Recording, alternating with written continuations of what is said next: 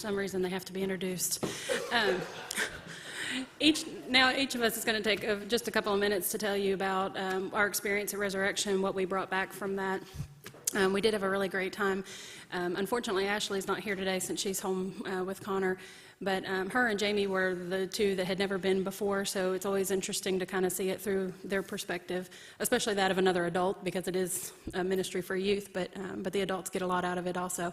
So Andrew's going to tell you a little bit about the speaker, Mick Veach, and also about the band Wren Collective, who you've been hearing, and then he's going to give you his comments. The speaker this year for Resurrection was Mike Veach, and he's been all over the world doing random stuff, whether it was smuggling Bibles, feeding lepers, or planning a church among an unreached Islamic nation. Mike Veach's commitment to share the love of God with the lost has taken him to the ends of the earth. Now, as a mission-minded pastor and forged speaker, Mike desires to seek God's truth, counsel others to great commissions, act to foster healthy local churches, and to engage in evangelism and discipleship. Mike has served as a Global Partners Area Director for Central Asia and the Middle East and has presented the gospel for more than 60 countries. He is now the senior pastor of Stony Creek Community Church in Washington, Michigan. He and his wife, Melania, have 3 children. Okay, now I'm going to talk about the... Hey, you want to say, he's in a church in downtown Detroit. Yeah, he's in downtown Detroit. Yeah. Only about 20 minutes from my mom and dad. Yeah, she's close to where Mom and Dad live. Yeah, Mom, why don't you come up here and talk about him? Okay. Okay.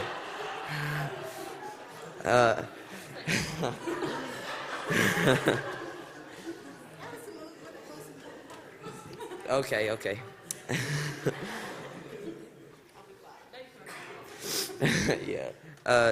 The band, as you know, was Wren Collective this year.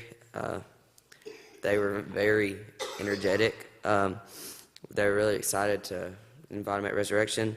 They're from Northern Ireland, and the members have been playing together since 2002. They have always inspired to worship music that brings people together. Their first breakout hit was Build Your Kingdom Here. I don't know if some of y'all know that, but that was their first hit, and from there they've just grown on to have 5 studio albums. And this band, they were so diverse in what they played. Like, a guy got up there with a trash can and just started beating it in front of like 5,000 people, and it just fit along in with their music. And they had this one thing that was like, it looked like a pogo stick, and they put a bell on top, and they were just like bouncing it and hitting it. I have no clue how they played it, but you know, it worked. Yeah. What? I already said the garbage can.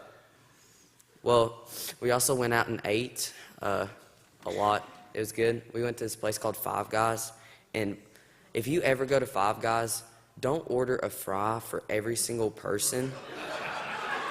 We made the mistake of doing that. They gave us 2 brown bags filled to the rim with French fries. We had about 3 pounds left over. It was ridiculous. Like, no. Yeah. They got mad at me last year for only talking about food, so that's why I had to introduce the band and stuff this year. Yeah. Yeah, who's next? Yeah.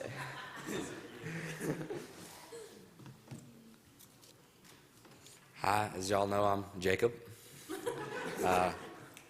So this year I went as CCYM again, but it's different from last year because last year there was only 1 session because of all the snow and everything.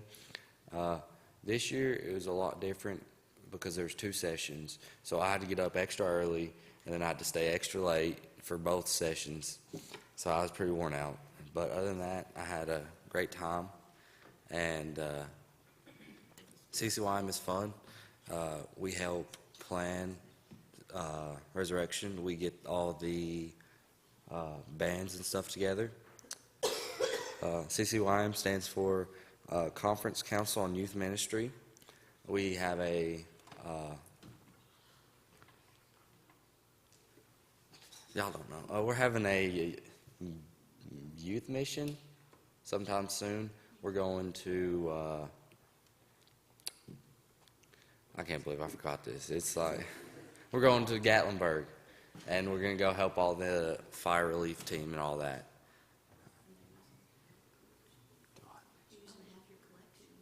Oh yeah, and half our collection we collected this year is going to the fire relief team. Yeah, that's all I got. Oh, and there's this one part when the band was singing and all the lights went out, and we thought they were done. And they went out for about 30 seconds.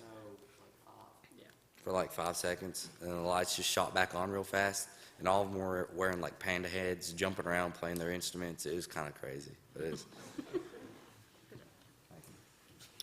All right, just to expand on what he was talking about with every year at Resurrection, they take up a collection, and the money is for the Youth Service Fund, the YSF, which they use that money to send the youth on various mission trips. They've sent, like the one that David went on to Louisiana a few years ago. And this year, because of the fires in Gatlinburg, and that is, so close to home to where we were, they decided to split the offering that was raised. And I don't know what the final numbers were, but the number that we had, their goal is, I think it's $35,000 for the year to raise. The last number that we heard that they had taken in just over the weekend was just over $20,000. So they're over halfway to their goal for the whole year. And they're going to split all of that money. So already they've raised over $10,000 to go towards Gatlinburg relief through the Holston Conference to help out with those folks who have lost businesses and homes and so forth due to the Gatlinburg fires. Oh, and apparently their mission trip this year is going to be in Wise, so they're coming close to home. So, but you can see all the pictures here that we've put together for the trip from the weekend.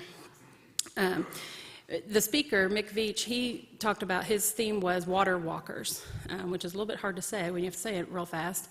But that was his hashtag for the whole weekend, hashtag water walkers. And what that meant was, in fact, Andrew touched on it during his children's message, which was kind of funny because I was going to mention it also, was when, Jesus got out and he walked on the water, and he didn't sink, which we all know. And then Peter got out of the boat. And he was floating for a while until he stopped believing that Jesus would have him, and then he sank. And so that's what he talked about. He said, what if all 12 of them had gotten out of the boat? So the boat kind of became, we all talk about being stuck in our boxes and in our comfort zone. Well, change that out for a boat, and that's what you have was our main theme of the weekend. Get out of your boat, get out of that comfort zone, and get out there and actually, when you go to grab hold of Jesus, just grab hold of him. He talked about the woman who didn't just brush up against him in the square because she needed healing. She grabbed hold of his robes. So he knew that somebody needed him. She didn't just casually brush up against.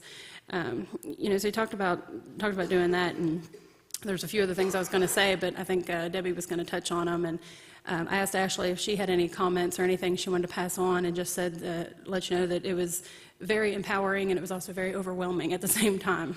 It is a little bit hard to be in a room, and some of the shots in the photos that you can see, I just took group photos, basically, because it's hard to convey to folks, if you've never been to something like that, this huge cavernous room, and there's 6,000 people in it, and it wasn't just 6,000 for the whole weekend, it was 6,000 per session, and there's 2 sessions, so 12,000 of us descended upon Pigeon Forge at one time. And the conference center is great. They can handle that with no problem, but it is a sight to behold. And on Sunday, I thought I was going to have to help with communion, so I actually got in early. And since I was already in there, I actually videoed once we knew the doors were open. And, it's a swarm. It's a running of the bulls kind of thing. Everybody just swarms in from the doors because it's first come, first serve on the seating. So, and a lot of them want to be right up front. They want to be right there in front of everything. So that's what some of the group pictures are. Just trying to convey the amount of space that there is there and the number of kids, and just to see the hundreds. They said over 1,000 gave their life to Christ this weekend, and several hundred answered the call to ministry, all different forms of ministry. So that's what we're there to do and to see happen. So.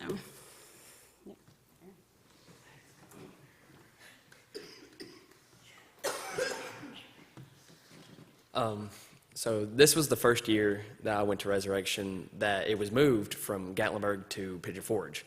And usually they had 2 weekends, 2 sessions apiece, so there weren't, as many people. But what really surprised me was the total amount of people that ended up coming to each session. I mean, like Christy said, it was a swarm going in.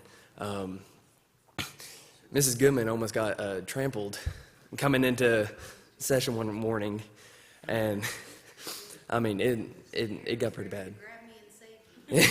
she was about to fall, and I was like, oh no. And yeah, they had vendors throughout the entire thing, and if you wanted something, you had to get there immediately. It was bad, but what I really took away from it was the water walker thing, the getting out of your comfort zone to lead a life of Christ and, preach it to whoever's listening. You just, no matter what time, when, what you're doing, you do everything in the name of the Lord. And that was what I mainly got out of it, So that was my resurrection experience from this year.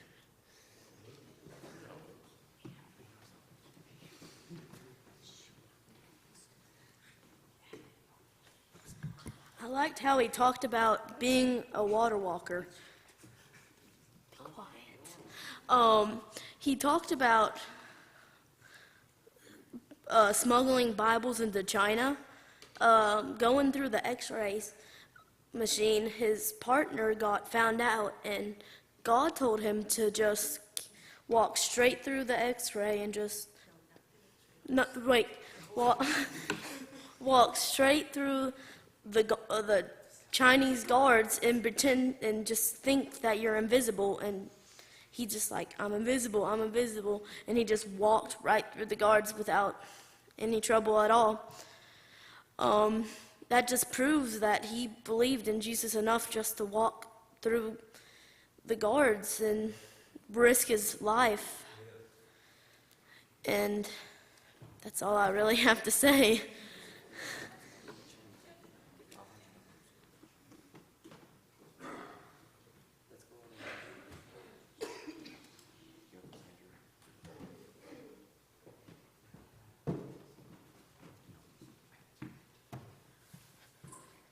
Well, my resurrection experience was pretty much just all the music, and I thought the lesson on water walking was very powerful. It really got to me. But when the band, Ren Collective, came up on the stage, they would let all the people run up to the stage and make a giant mosh pit.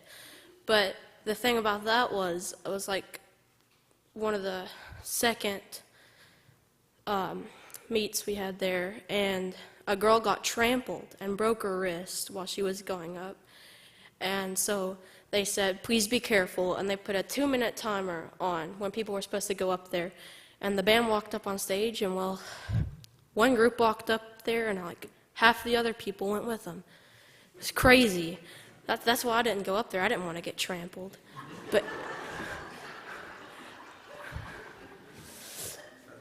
But anyway, another thing, we were done with the sessions 30 minutes early, and even the speaker, he did an altar call every single session, and we were still done 30 minutes early. But the second session to it, he talked about giving up your whole life to Jesus, and that was pretty much the biggest thing. And there was even some person who walked up that was beside where I was sitting for the altar call. He came down and knelt down. He was just in tears. Like, he was talking about giving up your life and all the sins you've done. He came up crying and kneeling and praying, and it was kind of an emotional experience on that one. But that's pretty much all I have to say about resurrection.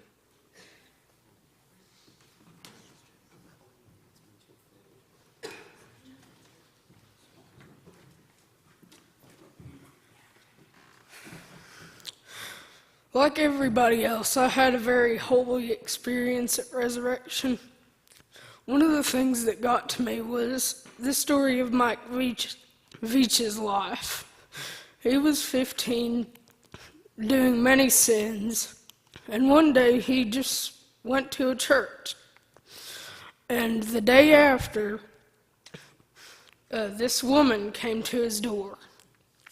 And she said, I want to bring you to this church for the next couple weeks.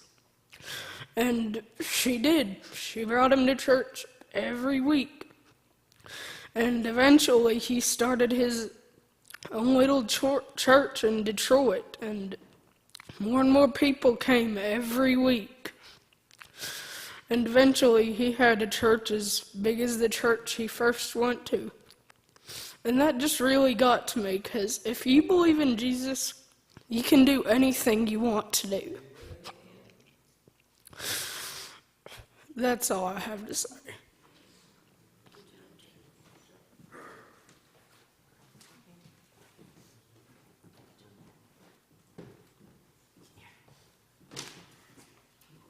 Now it's my turn.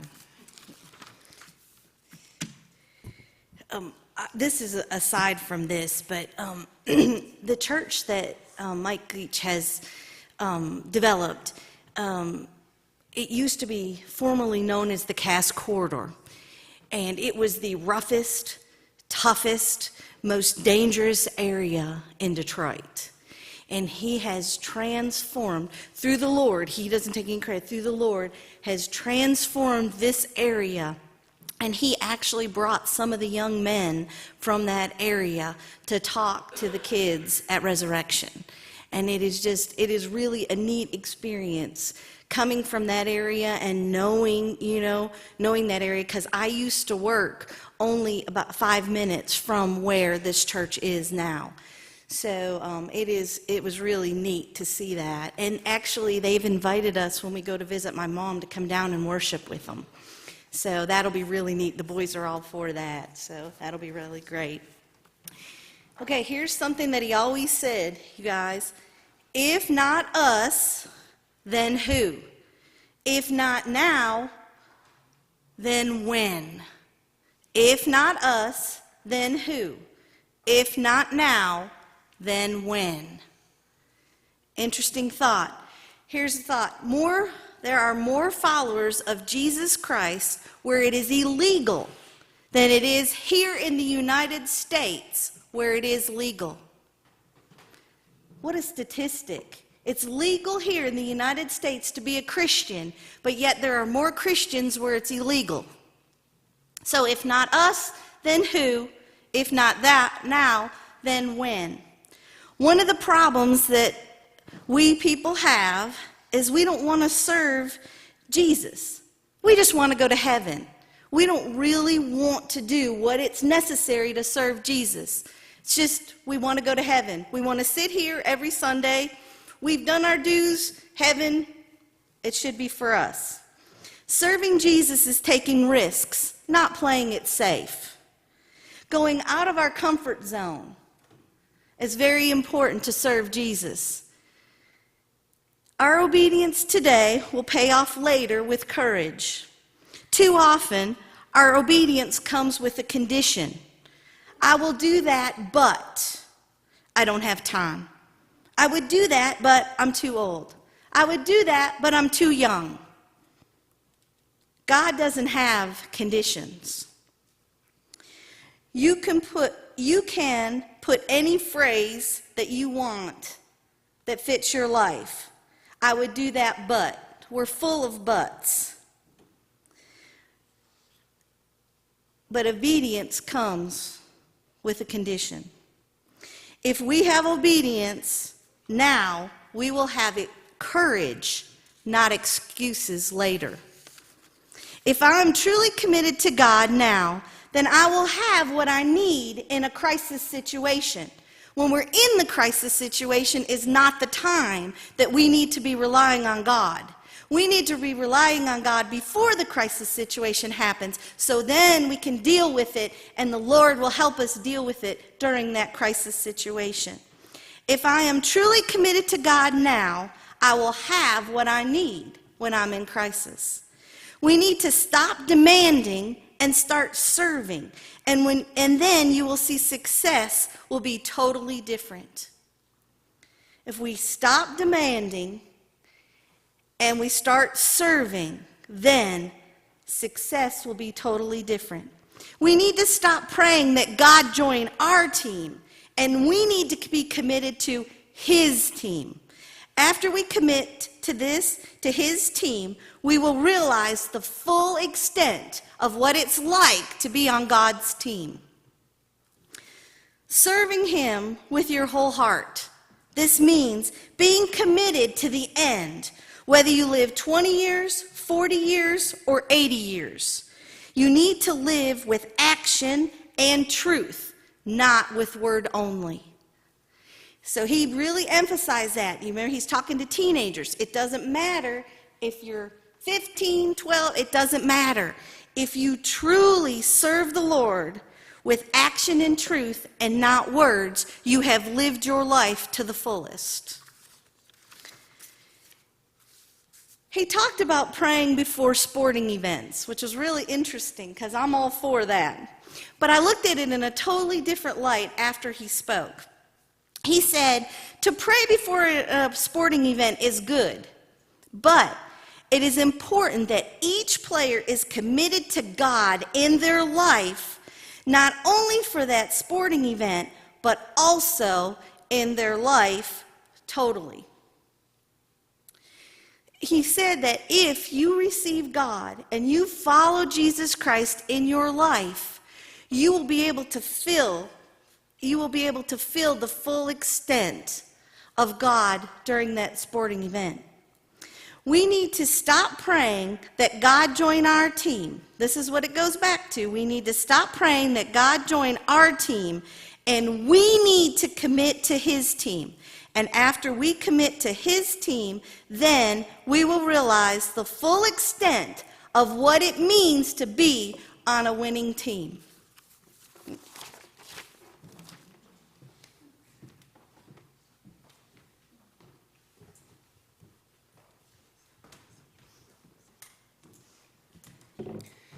Well, you can see we had a pretty powerful weekend. So that was all of our sharings, and I'm sure the kids will be glad to talk more about different things that they experienced that maybe didn't come to mind here. Hope you enjoyed the pictures. There'll be a lot more up on our Facebook page as soon as I get around to it. And also a couple of short videos that I took during the performances and so forth. Again, we do have our Facebook page, and we already have the dates for Resurrection for next year. It's January 19th through the 21st, 2018, same place. And so I also just want to say thank you to everyone who has contributed, who's said prayers for us, who have purchased things that we've sold, who's just flat out given us donations to help us get there.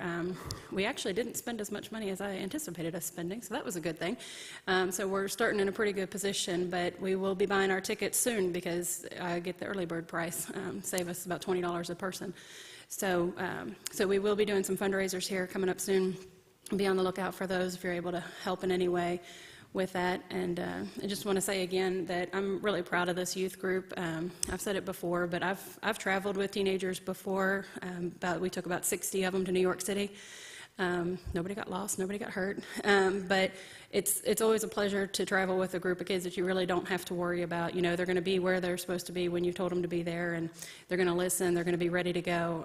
We had no mishaps, no issues or anything like that, and that's just a testament to all of these guys and how they were raised and their influences in their lives, and a lot of that comes from some of you all, so I thank you for that coming from the chaperone standpoint of this. I appreciate it. Now we're going to hand it off to Terry to get our Holy Communion